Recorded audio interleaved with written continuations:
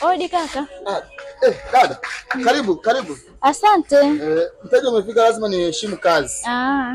Ndio mlivyo hivi? Ndio hivyo tulivyo sisi. Kuna chakula gani? Karibu. Chakula hapa, ngoja nikiangalie.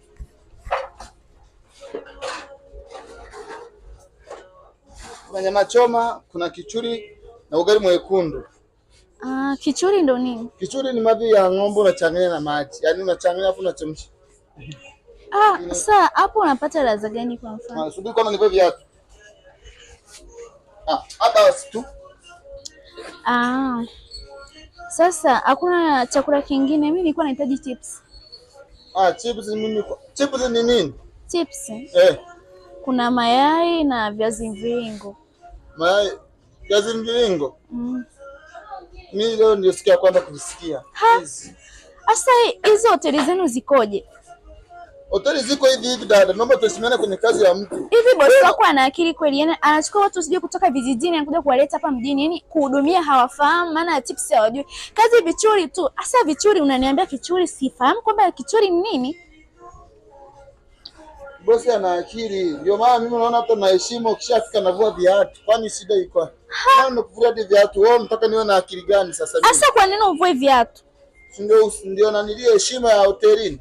Ma kweli wewe umetoka kijijini kakaangu, sikudanganyi. Chips hujui kuchoma, mara chips hujui ni nini. Hayo viatu hapo nimefika umevua sama na yake nini? Unaelewa? Mimi? Hapana. Bado mang'anyi. Bado mali.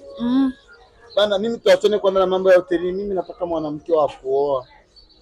Niko tayari kufanya chochote cha Mungu. Asa kaangu, mbona hapa nilipo nina njaa sana? Yaani njaa haina shida. Mimi hapa ndio naona tu hapa, mimi mwenyewe nilikuwa nazuga. Mimi sifanyi kazi ya hotelini. Mimi sifanyi kazi ya hotelini. Sawa, umevaa apron. Nimevaa tu. Sifanyi kazi ya hotelini. Kabisa. Mimi hata sasa ukiniambia umenitaka nakupa hela hizo za boss, mwenyewe atajua mwenyewe. Sasa atajua mwenyewe. Sasa unajua nini? Hizi pesa unajua ni nyingi sana. Chukua tu. Sasa ungeleta na hizi. Nenda. Takuja ona utaniletea namba yako ya simu. Usijali, nikifika nyumbani tu utakuletea. Utaniletea? Bye.